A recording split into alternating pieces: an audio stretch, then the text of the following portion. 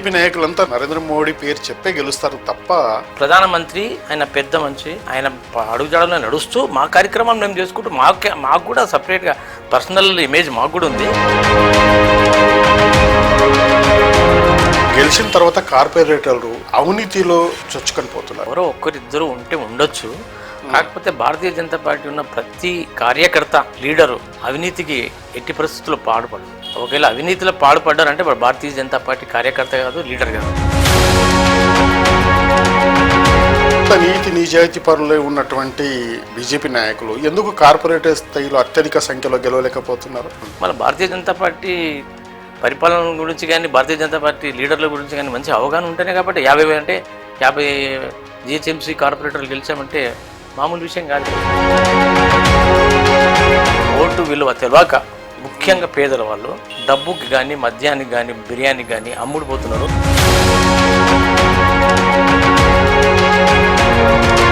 తర్వాత కులాల పేరు మీద, మతాల పేరు మీద వాళ్ళు విడగొడుతున్నారు. హిందూ మతం గురించి భారతీయ జనతా పార్టీ అంటారు, అలాంటిది ఏం లేదు.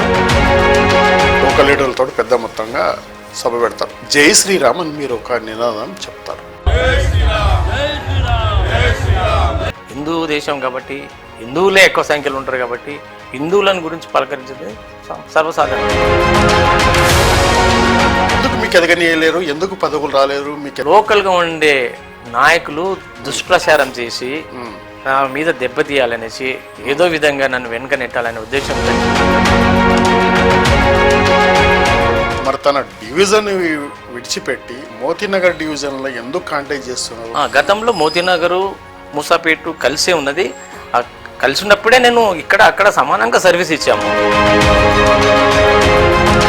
వాళ్ళంటే లేదా మీ దగ్గర దాకా వచ్చిన బీఫామ్ మర్రిపోయిందంటే అవకాశం ఇప్పుడు కాకపోతే మళ్ళీ వస్తుందని నాకు ఏదో నచ్చి చెప్పారు. వాళ్ళు చెప్పినట్లు మనం చేయవలసి వస్తుంది. వైట్ అండ్ వైట్ ఉండబోతున్నారా మనోహర్ గారు అని నేను అడుగుతున్నా. తప్పకుండా వైట్ అండ్ వైట్ ఉంటాము, వైట్ అండ్ వైట్ లెక్కనే పనిచేస్తాము, వైట్ అండ్ వైట్ లెక్కనే ప్రజలను తీర్చిదిద్దుతాము. ఎదుటివాడు డబ్బు పెడుతుందంటే మనం కూడా పెట్టవలసి వస్తుంది, ఎందుకంటే ఓట్లు రావు కదా. ₹1 కోటి పెట్టిండు అనుకోండి, 2 కోట్లు 3 కోట్ల సంపాదించాలనే ఉద్దేశంతో భారతీయ జనతా పార్టీ కార్యకర్తలు వాళ్ళ గుండె నుంచి వస్తుందండి దేశభక్తి. ఇప్పుడు మనోహర్ గారికి బీఫామ్ డబ్బు పెడితే వస్తుందా, లేకపోతే మీ సేవను గుర్తించి బీఫామ్ మీ దగ్గర దాకా వస్తుంది? నా సేవలు గుర్తించి అధిష్టానం నన్ను అర్థం చేసుకొని నాకు బీఫామ్ ఇచ్చి నన్ను పోటీలో అనుమతి ఇస్తే నేను దేశం కోసం పనిచేస్తా, హిందూ ధర్మం కోసం పనిచేస్తా, హిందూ ప్రజల కోసం పనిచేస్తా.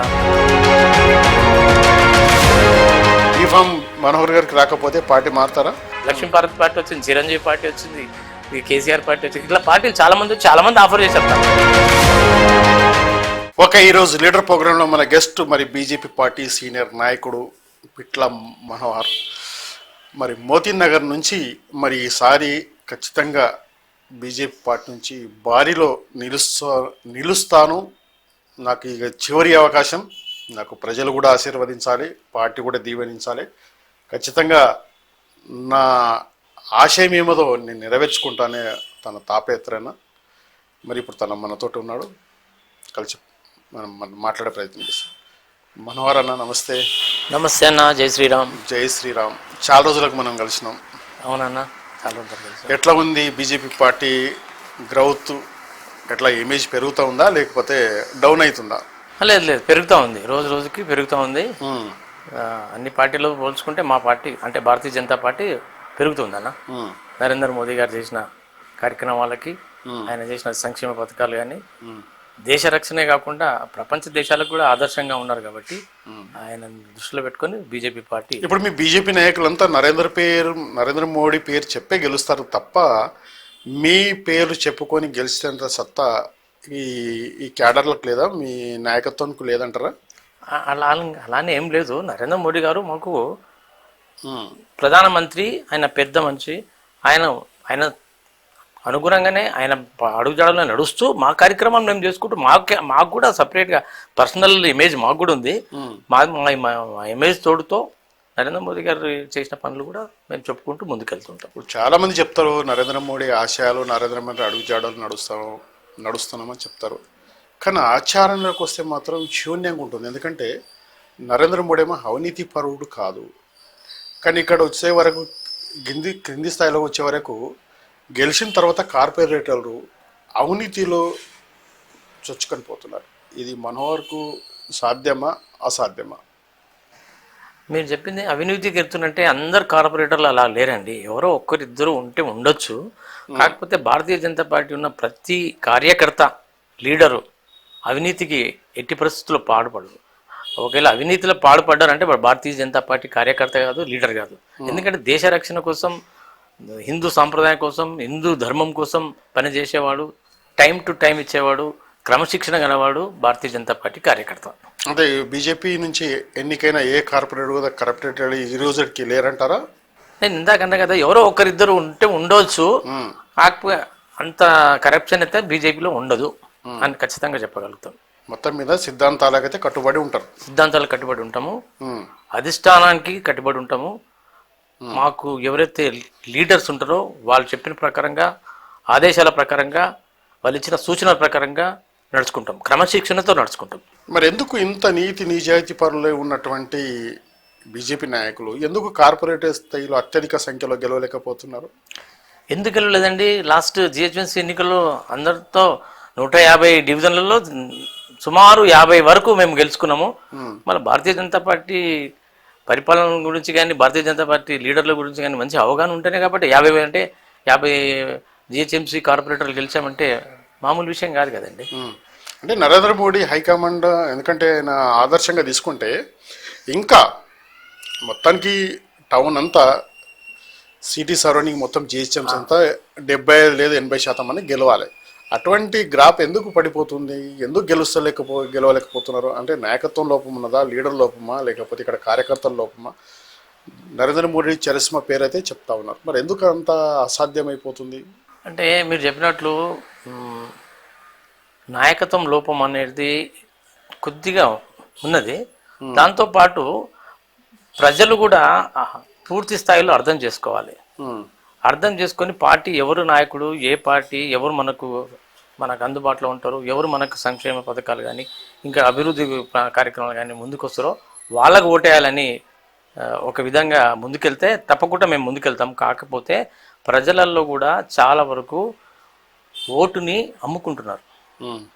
ఓటుని అమ్ముకున్న వల్ల ఆ రోజుకి ఆ పూటకి గడిస్తే చాలు అనే పేదరికంలో ఓటు విలువ తెలియక, ముఖ్యంగా పేదల వాళ్ళు, స్లమ్లో ఉన్న వాళ్ళు ఓటు విలువ వాళ్ళకి తెలియక డబ్బుకి కానీ, మద్యానికి కానీ, బిర్యానీకి కానీ అమ్ముడుపోతున్నారు. ఆ విధంగా అమ్ముడుపోయిన విధంగా నిజమైన సేవ చేసే కార్యక్రమం ఏదైతే ఉందో భారతీయ జనతా పార్టీ, అది కొద్దిగా వెనుకబడిపోతుంది. అంటే మిగతా పార్టీలు ఏమో పార్టీలు చేస్తూ ఉన్నాయి, మిగతా పార్టీలు ఏదైతే నాయకులు ఎవరు ఉన్నారో తాపుడు కానీ, తినడం కానీ అటువంటి కార్యక్రమాలు చేపడుతున్నారు. బీజేపీ నాయకులు నిజాయితీగా, నిఖాత్స్గా ఓటు అడుగుతారా? తప్పకుండా. ఇప్పుడు మీరు అన్నట్లు వేరే పార్టీ వాళ్ళు ఇందాక చెప్పినట్లుగా ఏదో విధంగా ఆశ చూపించి ప్రజలను ఆకట్టుకుంటున్నారు.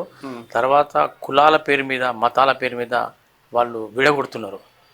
కానీ భారతీయ జనతా పార్టీ కాదు, కులాలు కానీ, మతాలు కానీ చాలా మటుకు హిందూ మతం గురించి భారతీయ జనతా పార్టీ అంటారు. అలాంటిది ఏం లేదు. అన్ని మతాలని, అన్ని కులాలని సమానంగా చూసే పార్టీ ఏదైనా ఉందంటే భారతీయ జనతా పార్టీ. అన్ని కులాలను, అన్ని మతాలను సమానంగా చూసి అందరినీ సమానంగా తీసుకెళ్లే party Bharatiya Janata party. So ఈ రోజులలో కొంతమంది ఓటర్లు ఇందాక చెప్పినట్లు కొన్నిటికి వాళ్ళు బానిసైపోయి పార్టీని పూర్తి స్థాయిలో అర్థం చేసుకోకుండా భారతీయ జనతా పార్టీ కొద్దిగా వెనుకబడి, అంటే పూర్తి అనుకున్నంత సీట్లు గెలుచుకోలేకపోతున్నాం. ఓకే, ఇప్పుడు మీ డివిజన్కి వెళ్ళినప్పుడు మీరు ఒక సభ పెడతారు, మనోహర్ ఒక సభ పెడతారు. అది బీజేపీ బహిరంగ సభనా లేకపోతే లోకల్ లీడర్లతో పెద్ద మొత్తంగా సభ పెడతారు. జై శ్రీరామ్ అని మీరు ఒక నినాదం చెప్తారు. జై శ్రీరామ్ అంటే అక్కడ క్రిస్టియన్ ఉండరా, లేకపోతే ముస్లిమ్స్ ఉండరా? వాళ్ళ ఎథిక్స్ భారతీయ పార్టీ, మీరు వాళ్ళ ఎథిక్స్ కరప్ట్ చేసినట్టు అవుతుందా కాదా? ఎలా అవుతుందండి? ఇప్పుడు ఏ మతం వాళ్ళైనా కూడా వాళ్ళ దేవుణ్ణి కానీ, వాళ్ళు పలకరింపు ఏ విధంగా ఉంటుందో ఆ విధంగా పలికిస్తారు. ఇప్పుడు హిందూస్ జై శ్రీరామ్ అంటారు, అదే ఇతర మతస్థులు కానీ వాళ్ళు వాళ్ళ దేవుణ్ణి కానీ, వాళ్ళు చెప్పే జీసస్ కానీ, వాళ్ళ గురించి కానీ, అల్లా కానీ వాళ్ళు చెప్పుకుంటారు. దాంట్లో తప్పేం లేదు. అయితే సభలని ఎందుకు జై శ్రీరామ్ అని మీరు అడగచ్చు. అయితే మన హిందూ దేశం హిందూ దేశం కాబట్టి హిందువులే ఎక్కువ సంఖ్యలో ఉంటారు కాబట్టి హిందువులను గురించి పలకరించేది సర్వసాధారణం. ఇప్పుడు 90% 95% హిందువులే ఉంటారు కాబట్టి జై శ్రీరామ్ అని అనటం. అంటే వాళ్ళ ఎథెక్స్ ఏదైతే క్రిస్టియన్ మైనారిటీ వాళ్ళకి ఏమన్నా వాళ్ళకు ఎథెక్స్ ఖరాబ్ అయ్యే సిచ్యువేషన్ ఉంటుంది, మానసికంగా దెబ్బ కొట్టే అవకాశం ఉండబోదు అంటారు? ఆ, నా దృష్టిలో అయితే ఉండదండి. ఎందుకంటే అందరినీ సమానంగా చూసే పార్టీ కాబట్టి అన్ని మతాలని ఉచ్చరించలేము కాబట్టి ఓకే ఎక్కువ పర్సంటేజ్ హిందువులే ఉంటారు కాబట్టి జై శ్రీరామ్ అంటారు. ఓకే ఓకే మనం సబ్జెక్ట్లోకి వద్దాం. మనోహర్ గారు, మీరు బై బర్త్ బీజేపీ? అవునండి, నాకు ఊహ తెలిసినప్పటి నుంచి బీజేపీలో. బీజేపీ మొత్తానికి ఇక మీరు పుట్టినప్పటి నుంచి బీజేపీలో రకరకాలుగా పార్టీలు పేర్లు మార్చినప్పటికీ కూడా కాషాయం జెండా కింద పనిచేశారు. హిందూ ధర్మాన్ని, హిందూ దేశం కాబట్టి హిందూ ధర్మాన్ని, హిందూ సాంప్రదాయాన్ని, హిందువులని, దేశాన్ని రక్షించే ఉద్దేశంతోనే భారతీయ జనతా పార్టీ. ఎందుకు మీకు ఎదగనియలేరు? ఎందుకు పదవులు రాలేరు? మీకు ఎందుకు అదే జెండా మోపిస్తున్నారు? అధినాయకత్వం అంటే ఏం చెప్తారు మీరు? ఇప్పుడు అధిష్టానం నిర్ణయం అండి. ఇప్పుడు ఎవరైతే వాళ్ళ అధిష్టానం దృష్టిలో పార్టీకి కానీ, దేశానికి కానీ, ధర్మాన్ని కానీ పూర్తి స్థాయిలో టైం ఇచ్చి పనిచేసే వాళ్ళకి ఇస్తారు.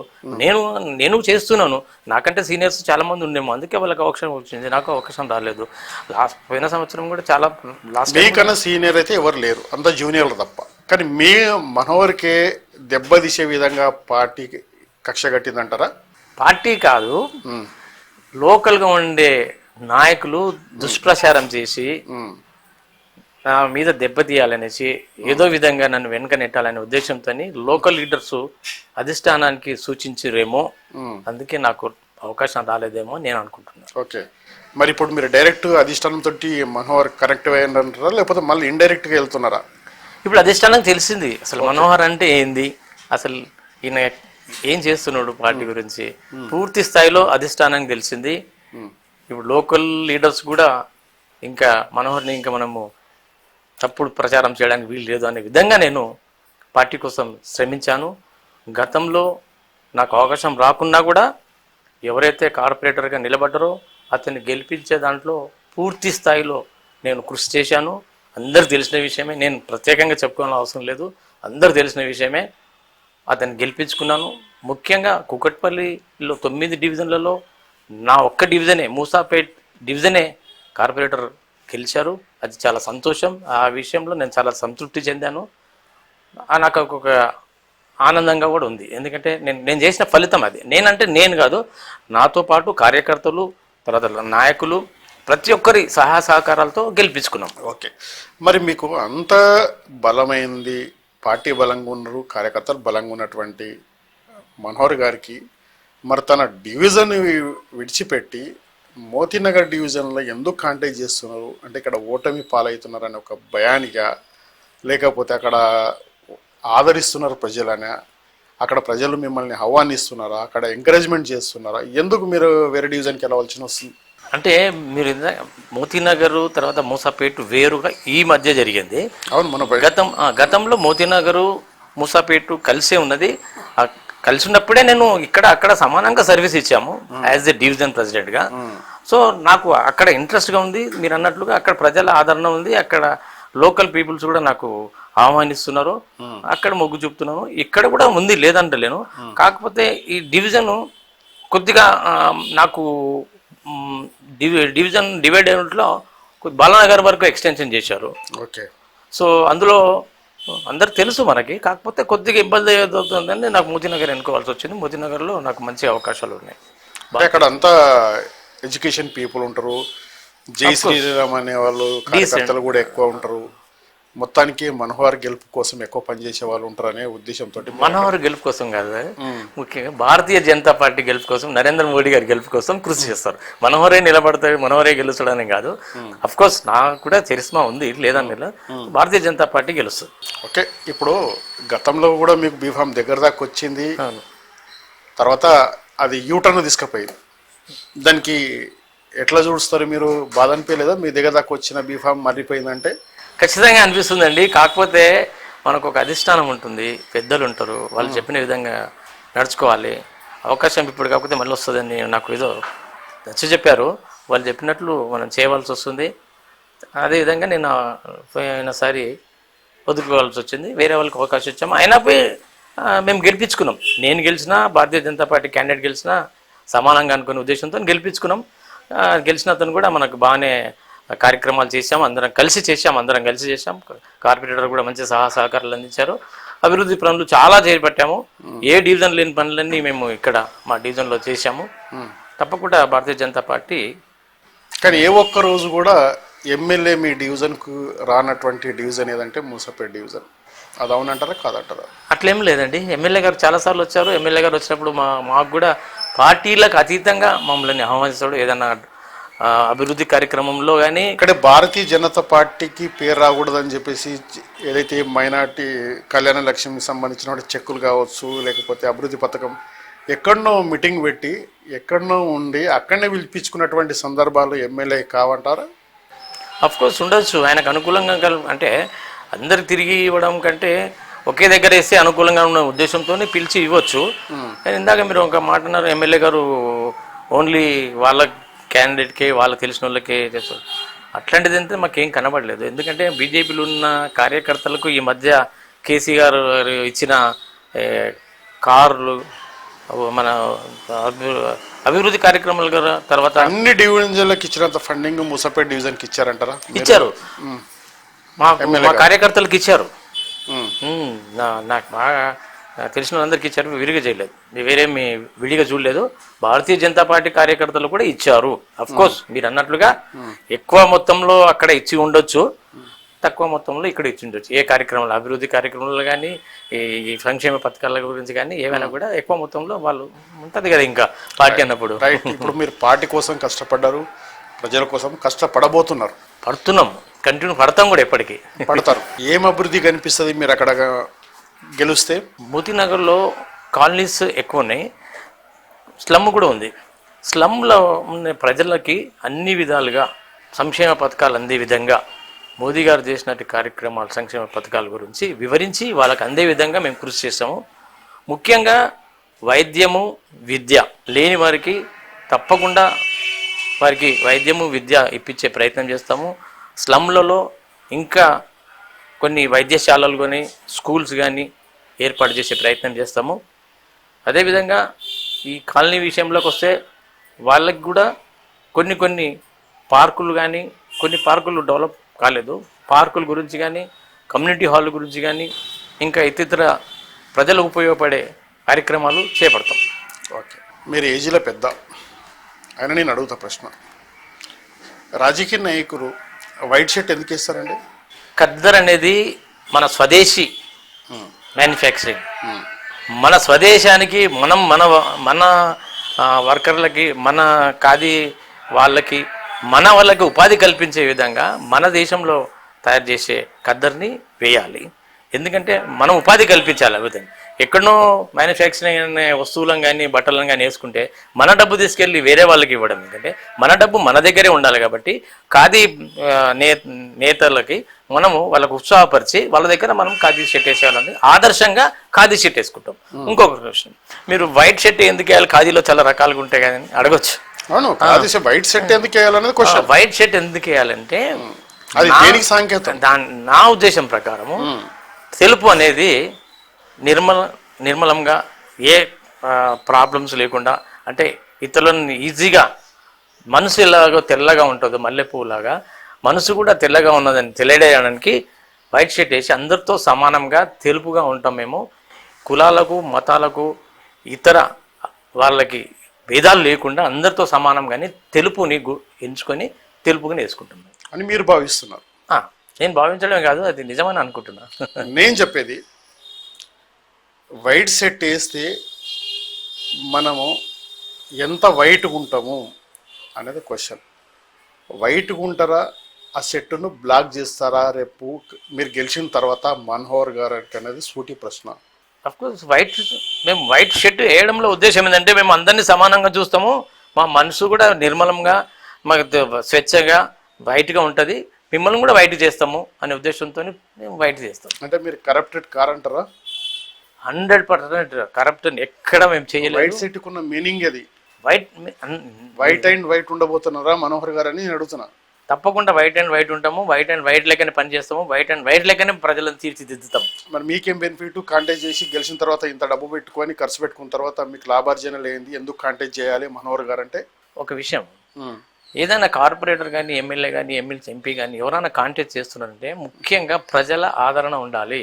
మీరు ఇందాక డబ్బులు అన్నారు, డబ్బులు నథింగ్ అండి, డబ్బులు పెట్టకూడదు. నన్ను అడిగితే పబ్లిక్లో అంత నీకు ఉన్న అంత ఆదరణ ఉన్నప్పుడు డబ్బులతో ఏం పని ఉంది? ఇప్పుడు రాజకీయంలో కార్పొరేటర్కి కొన్ని లక్షలు కోట్ల రూపాయలు ఖర్చు పెడుతున్నారు. అసలు ఎందుకు ఖర్చు పెడుతున్నారు? ఎందుకు ఖర్చు పెడుతున్నారు? ప్రజల ఆదరణ పొందాలి, ప్రజలకు సంక్షేమ పథకాలు అందించాలి, వాళ్ళకి సాయం చేయాలి, వాళ్ళకి అందుబాటులో ఉండాలి. అన్ని విషయాల్లో ప్రజలు వాళ్ళే ఓట్లేస్తారు.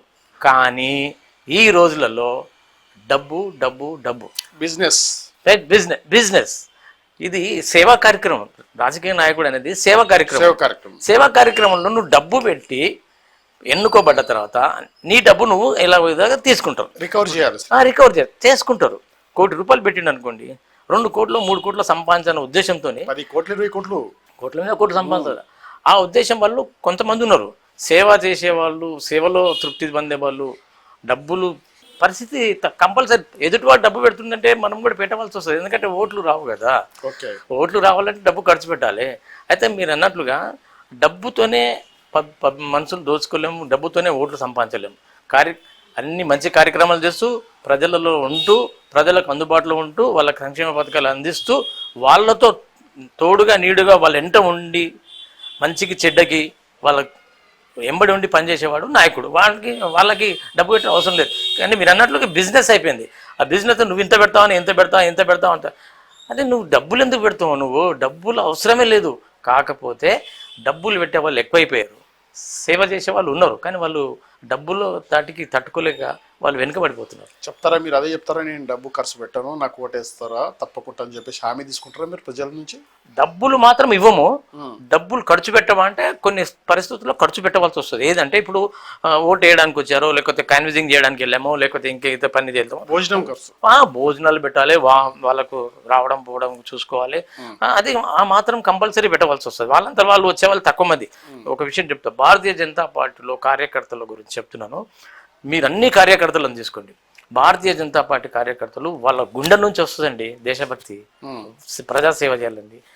హిందూ ధర్మం గురించి కానీ, హిందూ మతాల గురించి కానీ, హిందూ దేవాలయాల గురించి కానీ గుండె నుంచి వస్తుంది. ఎక్కడైనా మీటింగ్ అవుతుందంటే స్వయంగా వెళ్తారు. ఇక్కడ నుంచి 50 కిలోమీటర్ కానీ 100 కిలోమీటర్ కానీ వాళ్ళ సొంత వాహనాలలో సొంతంగా వెళ్తారు.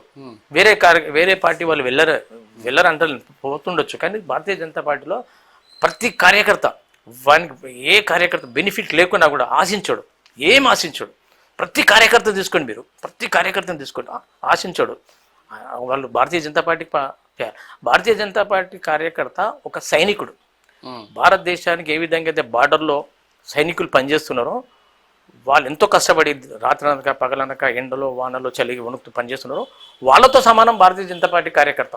ఎందుకు అంటున్నానంటే సొంతంగా ఇంట్లో ఎంత ఇబ్బంది ఉన్నా పిల్లలు వదిలేసుకొని, భార్యను వదిలేసుకొని, ఇంట్లో సంపాదన లేకుండా డైలీ కూలీ చేసేవాడు కూలీ మానుకొని మరి భారతీయ జనతా పార్టీ కార్యక్రమానికి ఎందుకు వెళ్తుంటే, ఈ విధంగానన్నా నేను భారతీయ జనతా పార్టీలో పనిచేస్తే దేశానికి సేవ చేసేవాడిని, దేశానికి సర్వీస్ సేవ చేసిన వాళ్ళని అవుతానే ఒక తృప్తి పొందుతాడు. ఆ తృప్తే వాళ్ళ కార్యకర్తకు ఉంటుంది. అందరు కార్యకర్తలు అంతే, ప్రతి కార్యకర్త అంతే. సొంతంగా ఖర్చుతోని, సొంతంగా తన మనసు ఎవరు ఇవ్వకపోయినా కూడా మీటింగ్ అయిపోయినాక కూడా మరి సొంతంగా వెళ్ళిపోతాడు. వాళ్ళకు తృప్తి ఉంటుంది.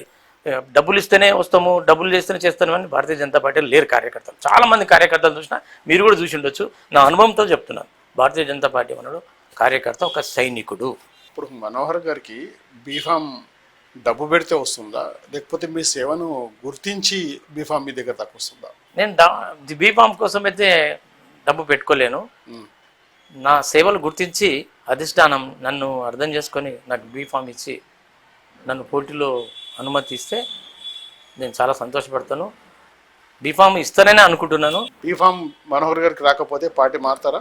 లేదు, అలా మారేది ఉంటే గతంలో నేను సుమారు 35 సంవత్సరాలు పైబడి నేను పార్టీలో ఉన్నాను.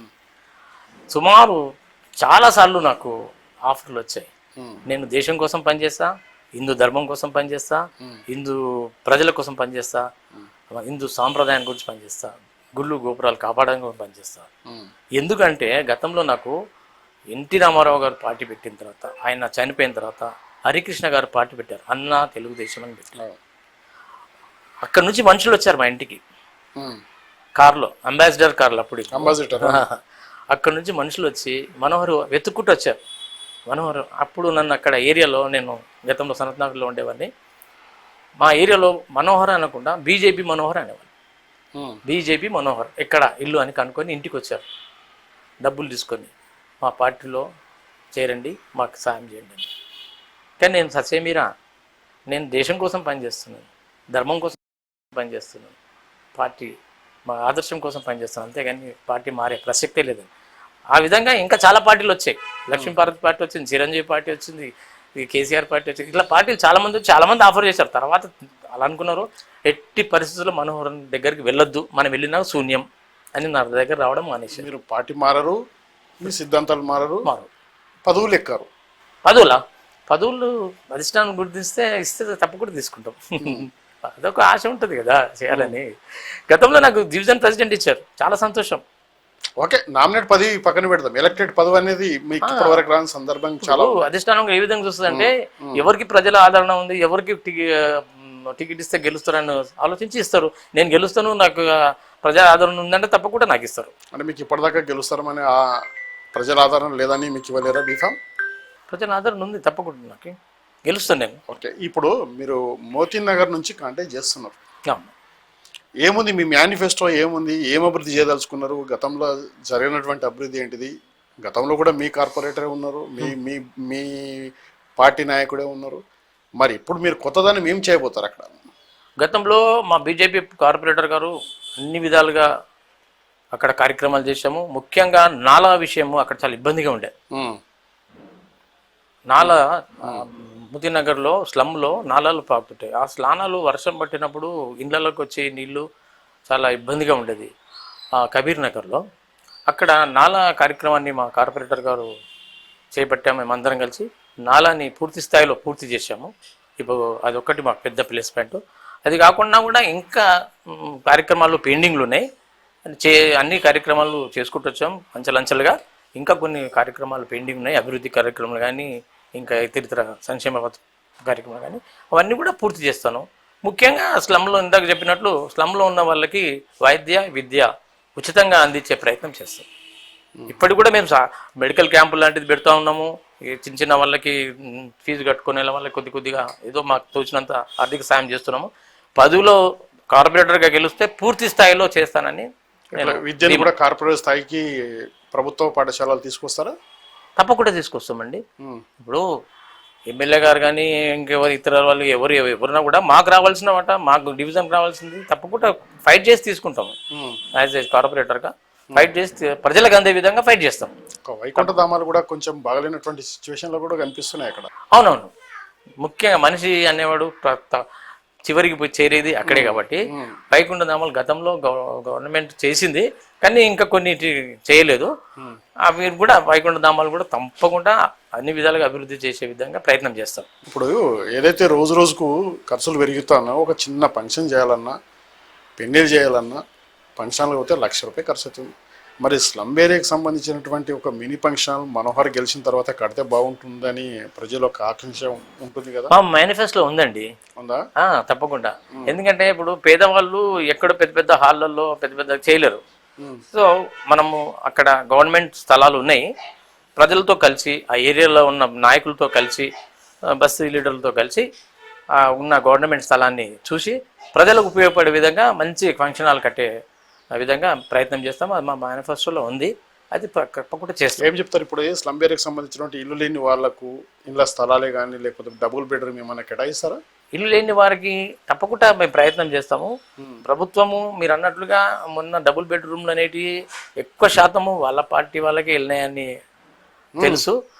ఇప్పుడు మేము కార్పొరేటర్ అయిన తర్వాత అందరితో సమానంగా మాకు కూడా మా స్లమ్ వాళ్ళకి, స్లమ్లో ఉన్న ప్రతి పార్టీ కార్యకర్తకి, అంటే ఏ పార్టీ అయినా కార్యకర్త కాదు, ప్రతి వారికి, పేదవాళ్ళకి, ఏ పార్టీలకు అతీతంగా పేదవాళ్ళకి అందించే విధంగా ఫైట్ చేస్తాం అందరికి రావాలని. వేరే పార్టీలకు ఇందాకైతే వాళ్ళు పార్టీకి వాళ్ళకి ఇచ్చుకున్నారు కాబట్టి మేము అన్ని పార్టీలకు రావాలని ప్రయత్నం చేస్తాం. తప్పకుండా అందరికి ఇప్పించే ప్రయత్నం చేస్తాం, ఇప్పిస్తాం కూడా. అడుగు పెట్టారా మోతీనగర్ కాలనీలో? అడుగు పెట్టారా మనోహర్ గారు? అడుగు పెట్టడం అండి, ఎప్పటికి అక్కడే ఉంటాం మేము. అంటే నేను పొద్దున్న లేచిన సాయంత్రం వరకు మోతీనగర్లోనే ఉంటాను. ఎందుకంటే నాకు అక్కడ ఆదరణ ఉంది, ప్రజలతో టచింగ్ ఉంది, ప్రజలు నాకు మంచి ఆహ్వానిస్తారు కాబట్టి వాళ్ళతో నోట్ చేసుకున్నారు. గెలిచిన తర్వాత ఏమేమి చేయాలనేది మొత్తం మీద నోట్ ఆల్రెడీ ఇప్పుడు అన్ని చేసిన తర్వాతనే మేము అడుగు పెడుతున్నాం. ప్రజలకు కూడా వివరించేది అదే. కాలనీ వాళ్ళకి కానీ, బస్తీ వాళ్ళకి కానీ, అక్కడ ఉన్న అన్ని పార్టీల వాళ్ళకి కానీ, స్లమ్లో ఉన్న పేదవారికి సంక్షేమ పథకాలు అందిస్తూ అభివృద్ధి కార్యక్రమాలు వాళ్ళకి చేరే విధంగా తప్పకుండా ప్రయత్నం చేస్తాం. ప్రయత్నమే కాదు, చేస్తాను అని గ్యారంటీగా వాగ్దానం కూడా చేస్తాను. రైట్, తప్పకుండా గెలుస్తారు. Thank you.